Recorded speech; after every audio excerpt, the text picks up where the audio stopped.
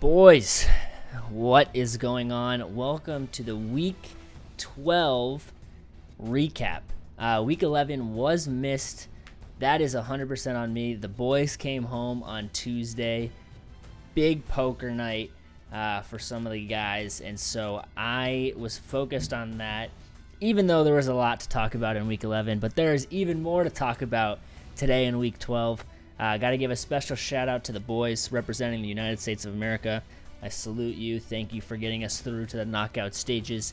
But let's talk about something way more important than that, the Ashland Clowns Fantasy Football League. So let's jump on over to the analysis, to the statistics, to the rankings, to all of the glorious things, and let us see what is going on. So let's hop on over to the big screen, and let's take a peek at the standings after Week 12. We've got 2 weeks left in the regular season, and the playoff spots are still completely up in the air right now. As you can see, we have 3 teams now locked up in the playoffs. They have guaranteed their spot. Congratulations to Kevin, Matt, and Andrew Dunn, all sitting at 9-3. They are our top 3 kind of guaranteed spots. Dunn might climb to the first seed. They're all fighting for a bye.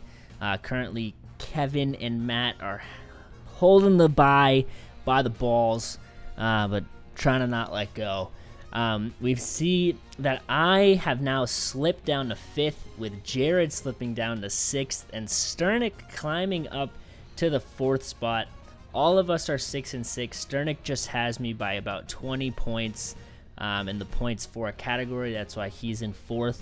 But you can see the tides are turning, and I am stressed. Sternick has been on a 3-game win streak.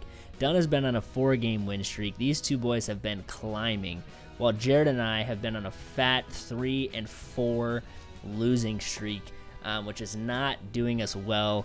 You will see very shortly that Jared's team is in absolute shambles, and so that is why he's at a 65% playoff chance, while I'm at an 86, and Sternick at an 87. But this upcoming week is a big one. I'll just say it now. Sternick and I are playing each other, and the winner of that basically guarantees themselves a spot in the playoffs. My team has been terrible recently. That's why I'm on a 3-game losing streak, so we'll see what happens. But as you guys know, anything can happen.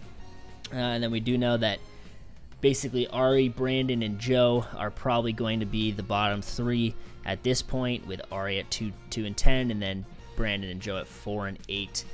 Not really a ton of opportunities for them to get into that 6th spot. And so it's really just a fight for the final 2 playoff spots and the last loser's bracket spot between me, Ben, Jared, and Sternick. So 4 teams kind of in the mix currently. But let's check the scoreboards for Week 12 to see what's going on. Starting off with my match against Ari. This was very, very annoying to be a part of. My team did okay. They haven't put up over 110 in the past 3 weeks. That's why I've been losing. This week, they did all right. Ari's team just pulls out a 140 bomb out of nowhere. A lot of thanks to Josh Jacobs for getting a touchdown at the end of the game.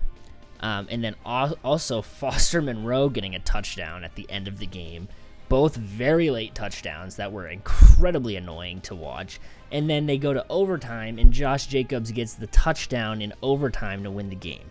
So there you go. That's an 18-point swing for me, or for Ari. And at that point, it just didn't matter. I mean, I had 2 players put up 1 point. My defense put up 1 point. Curtis Samuel put up 1 point. Juju Smith-Schuster barely played. I don't know why they said he was going to play if he was on limited snaps because of his concussion. It pissed me off.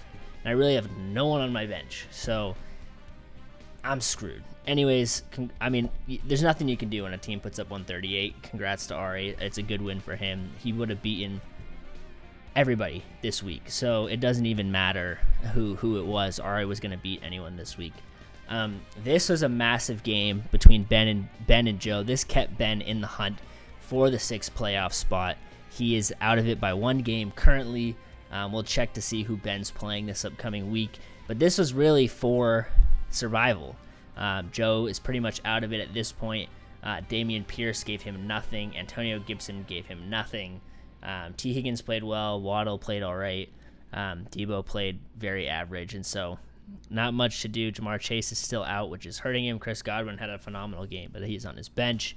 And then you look at Ben's team, Kamara. I mean, Joe had a chance. Kamara didn't do anything, but Pittman finally showed up. Rashad White played well. Ben left a lot of points on his bench. He left 64 points on his bench. Well, Joe left 56. So, I mean, yeah, you see it's a toss-up. This was also a massive game for Sternick, pulling out 118 points, beating Kevin, whose team kind of just had a disappointing week with McCaffrey only putting up 7. Mark Andrews not really doing much as what he used to. Garrett Wilson looked great with whatever that new Jets quarterback is. So we'll see what Kevin does as he moves forward in his starting lineup.